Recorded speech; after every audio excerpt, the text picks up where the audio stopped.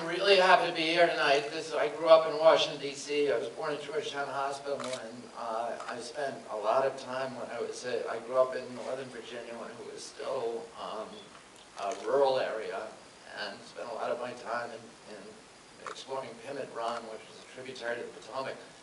When I was growing up, that was my favorite place to be. My second favorite was this museum, which I came to as often as possible. I had a great love for natural history from when I was little, and this place it was just a magical place for me. So it's wonderful to be back here and to be introducing this film, which I had very little to do with, but I had with making, but I had an extraordinary amount of fun in participating in making it, and I got to reunite with an old friend of mine, Wade Davis, who was really the star of this film, who was he was a classmate of mine at Harvard during the 1970s, during the mid-1970s. We were in the same anthropology class together, and he went on to become probably the leading ethnobotanist today alive in the country.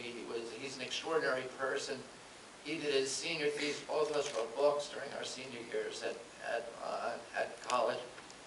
And I took a year off and went to Alabama and did a book on the civil rights movement. Wade ended up going to Haiti, and he did a book.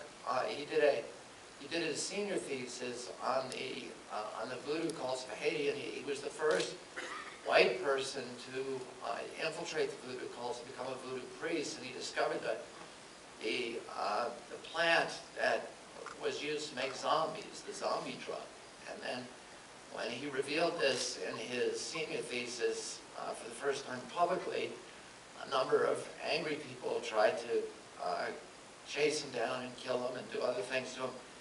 And he wrote a book about that experience that was called Voodoo, and it was purchased by people in Hollywood and Steven Spielberg to make a major motion picture, which they did, and Steven Spielberg came across him and modeled Indiana Jones after him, and he's an extraordinary character. My daughter, the story you'll see here is the two of us both had daughters the same age. My daughter Kik and his daughter Cara, and this is Tara, and this was their on the 18th birthdays, and they were both going off to college.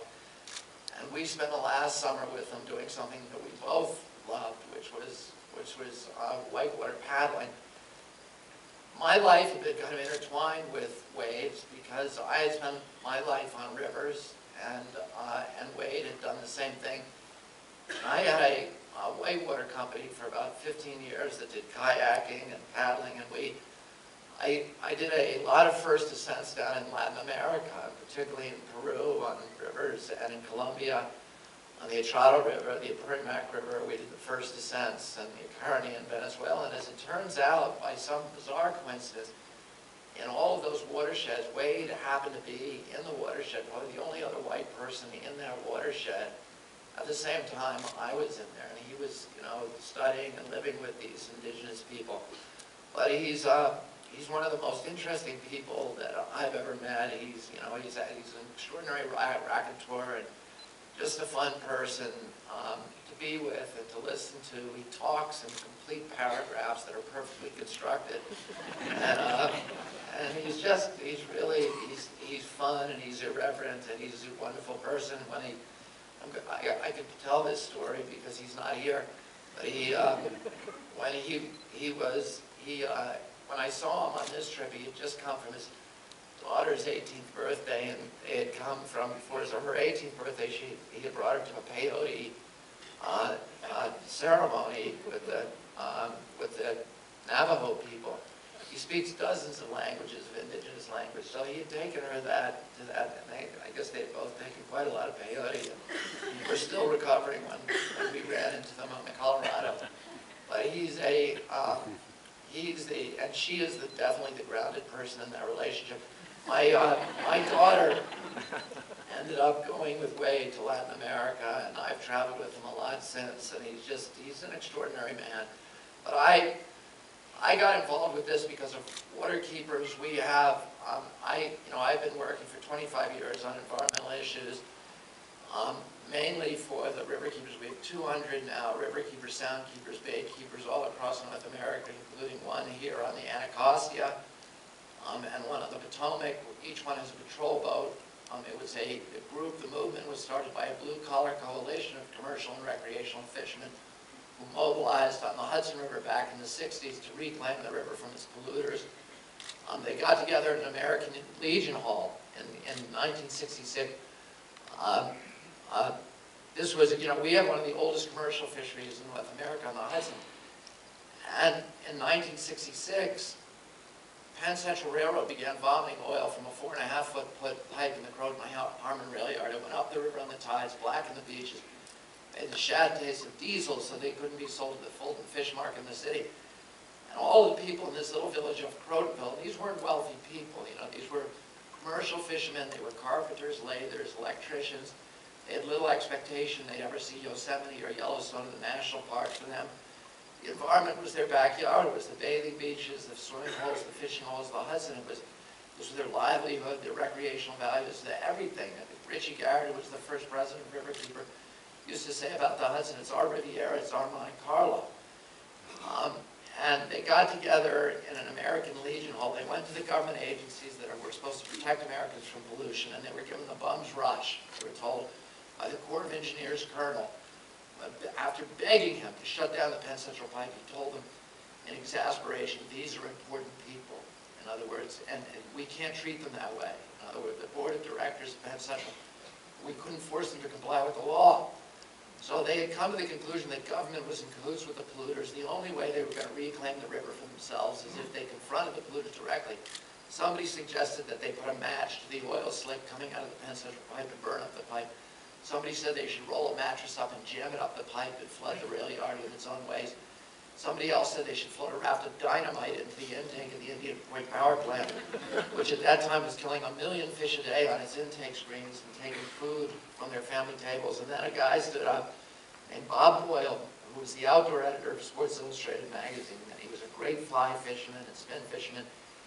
And 2 years before, he had written an article about angling in the Hudson for Sports Illustrated, and in doing that, he had discovered an ancient navigational statute called the 1888 Rivers and Harbors Act that said that it was illegal to pollute any waterway in the United States. You had to pay a big penalty if you got caught, but also there was a bounty provision that said that anybody who turned in the polluter got to keep half the fine.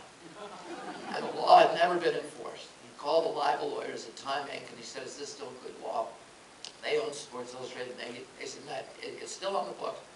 In 80 years, it's never been enforced. And that evening, he stood up in front of these men and women, 300 of them in the American Legion Hall, and he said, we shouldn't be talking about breaking the law.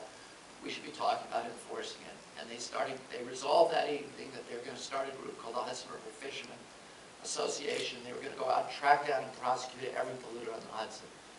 18 months later, they collected the first bounty in United States history under this 19th century statute. They shut down the Penn Central Pipe. They got to keep $2,000.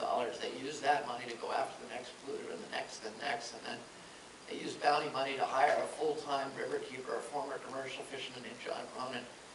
He used bounty money to hire me as their attorney in 1984. And since then, we brought over 400 successful legal actions on the Hudson. The Hudson today, as a result of our work, is the richest water body in the North Atlantic. It produces more pounds of fish per acre, more biomass per gallon than any other waterway north of the equator. It's the last major river system left in the North Atlantic that still has strong spawning stocks of all of its historical species of migratory fish. And the miraculous resurrection of the Hudson has inspired the creation of water keepers now, 200 licensed river keepers, each with a patrol boat, full-time paid river keeper, and each one of them sues polluters and enforces the law that the government fails to enforce. And to me, a lot of this started when my father took me on the Colorado in 1967 when I was 13 years old, and just fell in love with whitewater and fell in love with the river. And the river was very different back then. It was muddy water the way it's supposed to be. There were 8 different fish species, native fish endemic to the Colorado, 4 of which are now extinct, the other 4 which are about to go extinct. It just built the 2 dams, and today, And the river was still looked the way it was supposed to. It was the big broad beaches with lots of driftwood on them and warm water. And today it's just a plumbing conduit between the two biggest impoundments in America. And this iconic, scene, this iconic river, the most, iconic river in America is now, has been essentially privatized by the Bureau of Reclamation and some, wealthy corporate agricultural people who are getting the primary benefit from that waterways. And, I just say this final thing. It's something that my father taught me when he took us on the Colorado, me and my 10 brothers and sisters in the Colorado, and the next year the Snake and the Salmon and the Yampa and the Green, Colorado, Little Colorado. We did all the major rivers in the country. And, he said this is our legacy. This is part of who we are since the beginning of American history. Our greatest philosophers and cultural leaders and religious leaders and political leaders and literary leaders have said to the American people, you don't have to be ashamed because you don't have the 1,500 years of culture that they have in Europe, because you have this relationship to the land, and particularly wilderness, which is the undiluted work of the Creator. And that's going to be the source of your values and your virtues and your character as a people. And, if you look at every valid piece of classic American literature, whether it's Washington Irving or James Fenimore Cooper or Herman Melville or Hawthorne or F. Scott Fitzgerald or Hemingway, on and on, the central unifying theme in all of those great classics is this conviction that nature is the critical defining element of American culture. Our poets, Whitman, Frost, Emily Dickinson, Robert Service, are artists. But the greatest school of art that we have in this country, the original one, the Hudson River School, Thomas Cole, Frederick Church, Samuel Duffy Moore, Bierstadt, Cropsey, and all of them were painting these indomitable landscapes, that were symbolic of who we are as a people, that we're trying to define the democracy that we had created here. People were searching to, what makes us different than the Europeans? Well, those were the tired, stale, old civilizations.